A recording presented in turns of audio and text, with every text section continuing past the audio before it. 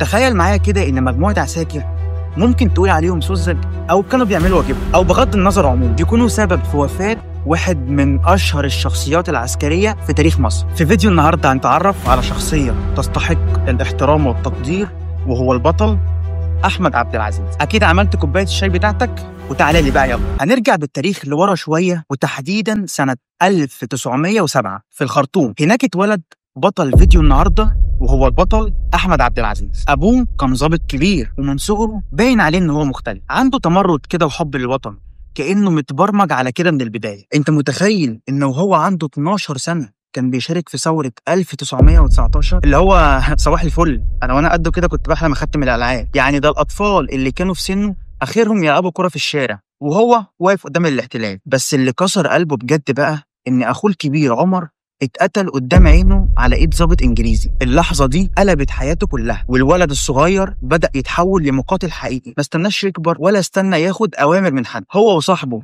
اللي كانوا لسه عيال صغيرين اتفقوا ان هم ينتقموا من الضابط الانجليزي، وفعلا استنوا الضابط لما كان طالع من كباريه سكران واحمد طعنه لحد ما وقع مات، واتقبض عليه واتسجن كام شهر، وبعدها خد عفو وخرج. بس النار اللي جواه لسه ما اتطفتش من يومها. كبر احمد وفضل متفوق، ودخل الكليه الحربيه وتخرج منها ضابط في سلاح الفرسان، وبعدين انتقل لسلاح الطيران، وبعدها بقى مدرس للتاريخ العسكري في الكليه الحربيه، يعلم الضباط المصريين حب الوطن وحب العسكريه المصريه. ركز بقى معايا كده عشان اللي جاي جامد قوي. لما اتعمل قرار تقسيم فلسطين سنه 1947، البطل احمد عبد العزيز ما استناش وقدم بنفسه طلب يتنازل فيه عن رتبته. تخيل ضابط في منصبه يسيب رتبته وفلوسه عشان يروح يقاتل كفدائي. وبالفعل اتعين قائد عام للمتطوعين العرب، رجاله جايين من مصر وفلسطين ودول تانية عربيه، عندهم حماس لكن السلاح قليل، شبه خرده من الحرب العالميه. يعني الموضوع بمثابه انتحار رسمي. البطل احمد عبد العزيز بنفسه كان بيقعد يصلح السلاح معاهم عشان يجهزهم صح. البطل احمد عبد العزيز اخترع اسلوب يخلي العدو يترعش،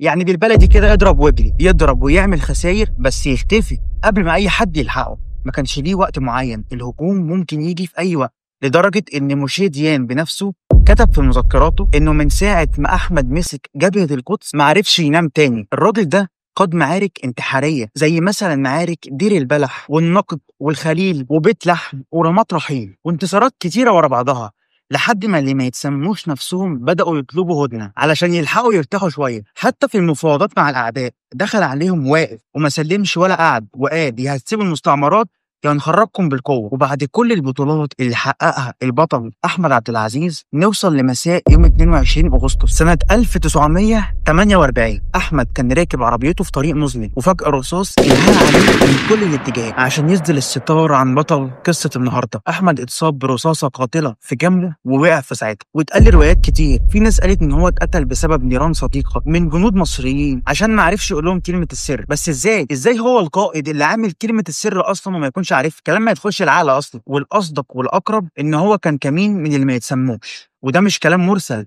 ده حتى شهادات اللي كانوا معاه قالت ان اللي حصل كان اطلاق نار في كمين مدبر من اللي ما يتسموه. يعني ببساطه البطل احمد عبد العزيز استشهد على ايد عدوه اللي قعد طول العمر بيحاربه، وجسمه اتدفن في بيت لحم واتعمل له نصب هناك، واسمه لحد النهارده على شوارع ومدارس مصر. البطل احمد عبد العزيز فعلا كان بطل حقيقي، وعاش مع رجاله وقاتل معاهم واستشهد في الميدان زي ما كان بيتمنى. وده كان الفيديو بتاعنا النهارده. طبعا ما تنساش لو الفيديو عجبك انك تعمل اشتراك وتفعل زر الجرس عشان اي فيديو ننزله يوصلك على طول.